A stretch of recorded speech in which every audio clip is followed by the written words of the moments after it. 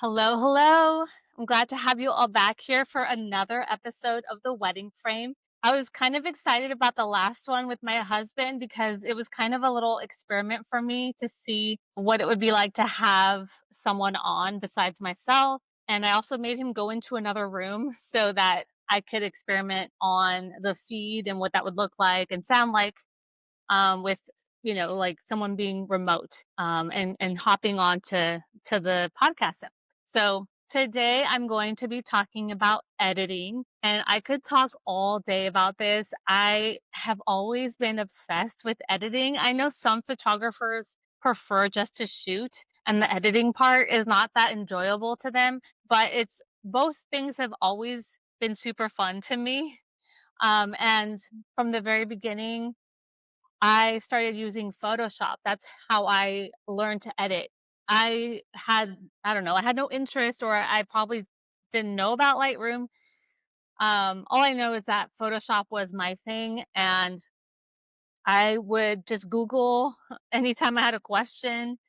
I mean, obviously I watched tutorials and all that and then for the basics and then after that I would just Google anytime I had a question. So little by little, I started learning all of the techniques and tricks to Photoshop. And I feel like that's been very valuable with my weddings. So I realized that not every photographer knows how to use Photoshop.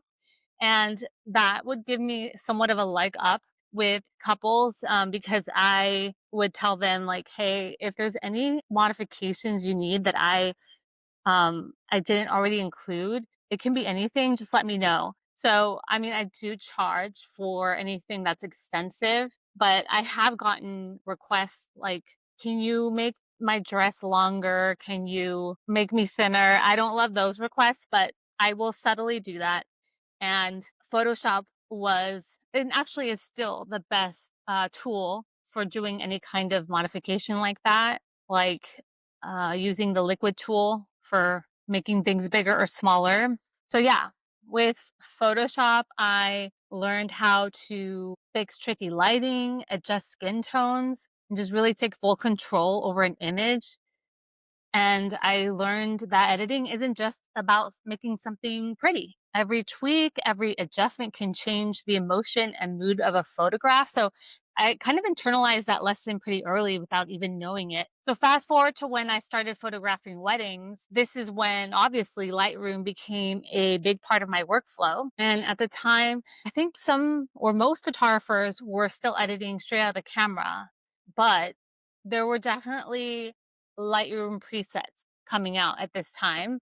Photographers were selling them online with their own unique styles, and suddenly you can apply an entire look to a gallery with one click.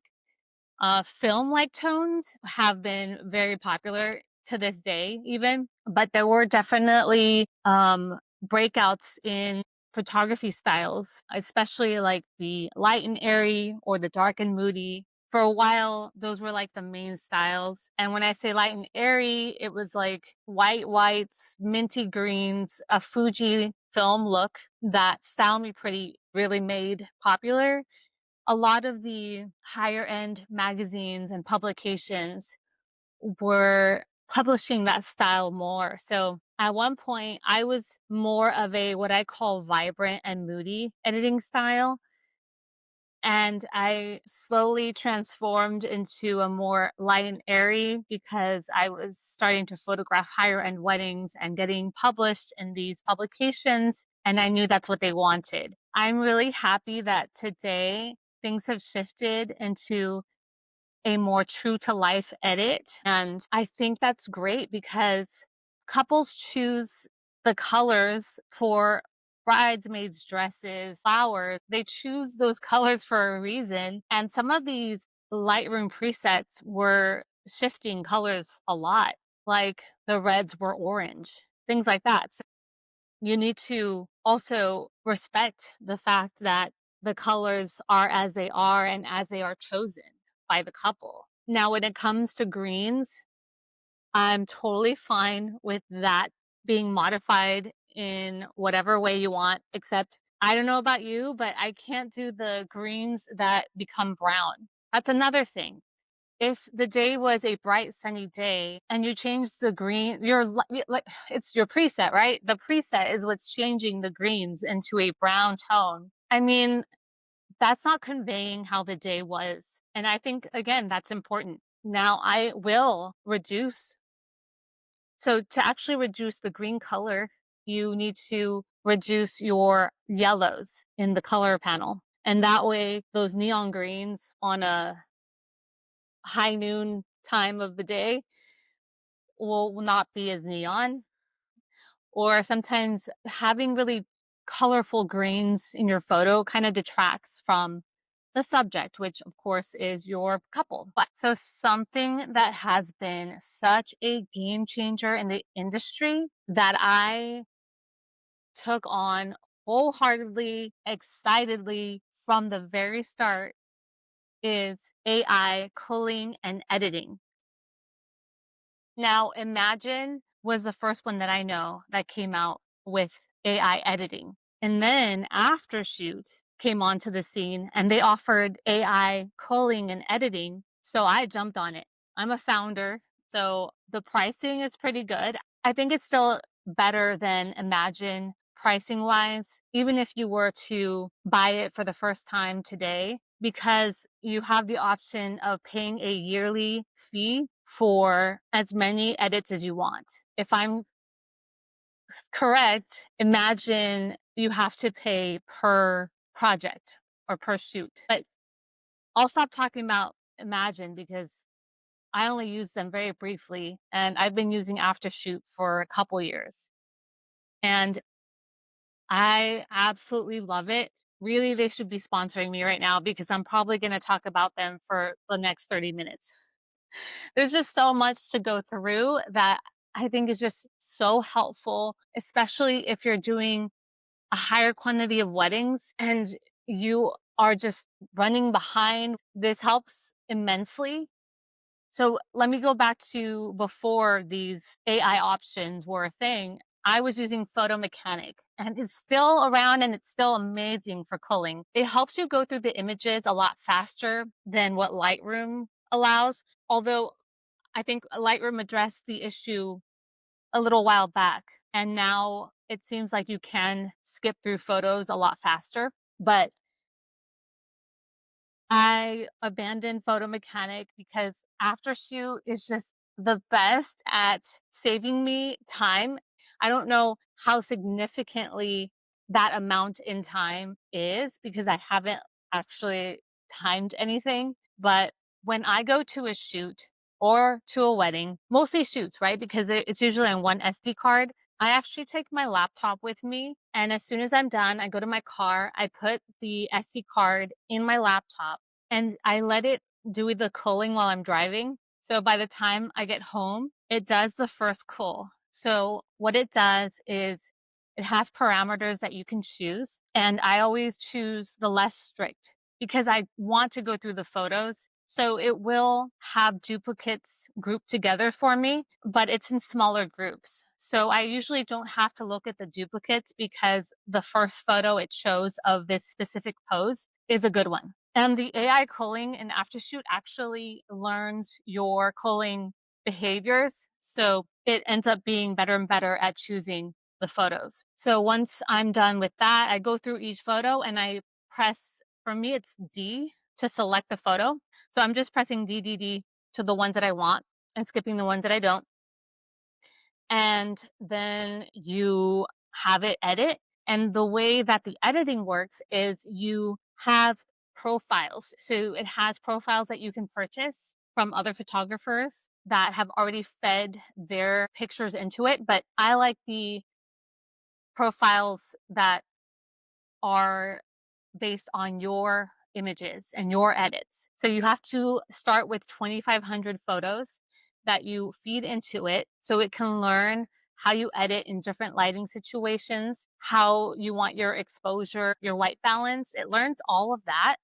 And so when you hit the edit button, it just literally in minutes, especially for like a shoot that's a couple hours, it's like a couple minutes.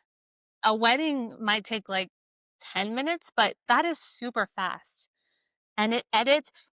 it doesn't just do all of the adjustments that it learned from your images that you fed into it, but it also does cropping and straightening for you. And whoa, I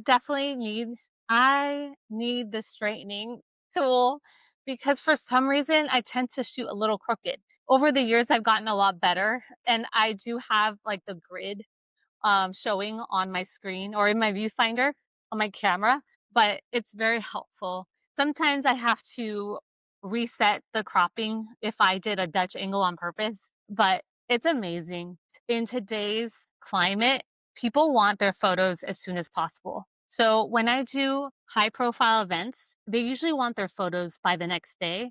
And able to do that way more easily with Aftershoot.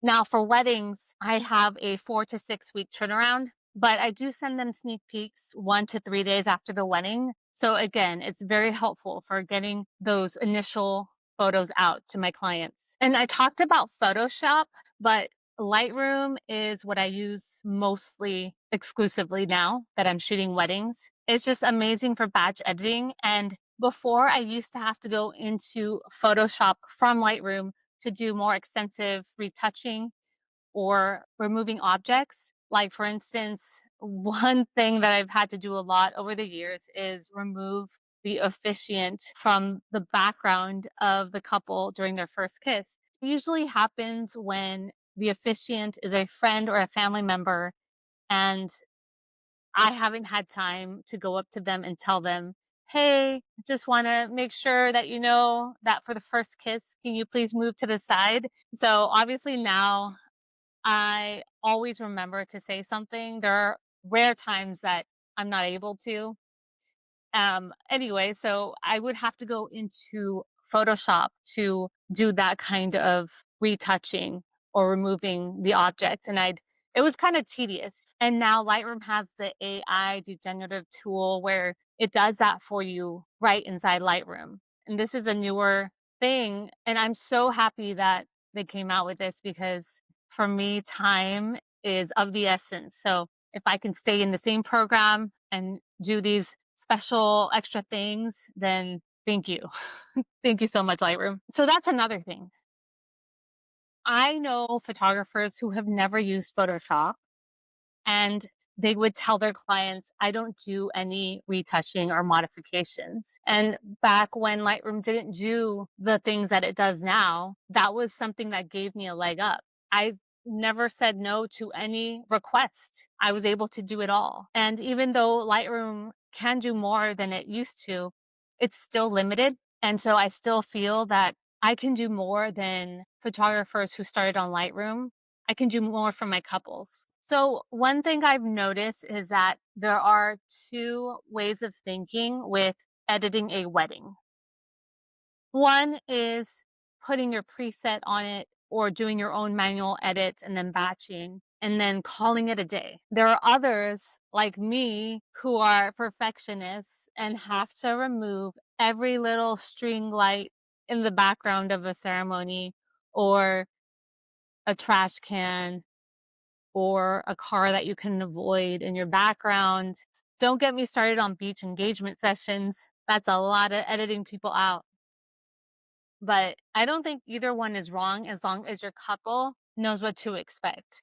This is why some photographers take longer to turn around their photos because they are putting so much care into their editing. I just wonder if sometimes it's not that necessary. It's not something that the couple would notice. Like I have been stuck on skin tones or white balance, and I've re edited a photo a few times because I had to get it right. I really don't think that's something that the couple would notice, but I get it, especially if you're trying to curate, like, let's say, an Instagram feed that looks consistent. And that makes me think about something that has been debated. Some photographers, when it was the light and airy or dark and moody styles, would make an image look darker or lighter so that it would be consistent with their style. I love that, like I said, today we're leaning more towards true to life and editorial and just leaving things as they are. If the ceremony was in a bright garden setting, you're not putting a vignette or doing something to make it darker to go with, let's say, your dark and moody style. And if your couple had their reception in a dark ballroom, lifting the shadows and exposure so that it looks like something else, I don't think it's the best thing to do. Simply put, I think that reflecting the way the day was in your editing is how it should be. Okay, here's another thing I want to share with you, and that's what my process is so I don't burn out on editing a wedding. So once the AI does the culling and the editing, I go through each photo. I am a perfectionist, so I still want to make sure that everything looks the way I want it to look. And Aftershoot doesn't get you there 100%.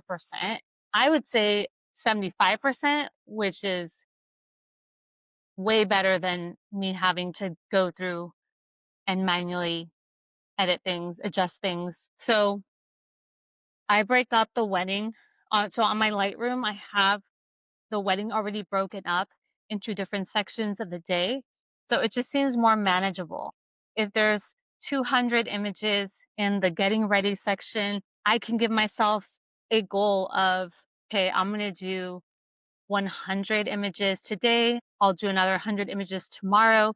And that's usually what I do in general. If it's a large gallery, kind of time out how many days I need and what I can do each day. So I usually do 50. That seems like a good amount for me to go through. And it's just a way to handle all of the editing without feeling overwhelmed. All right, friends, that's it for today's episode.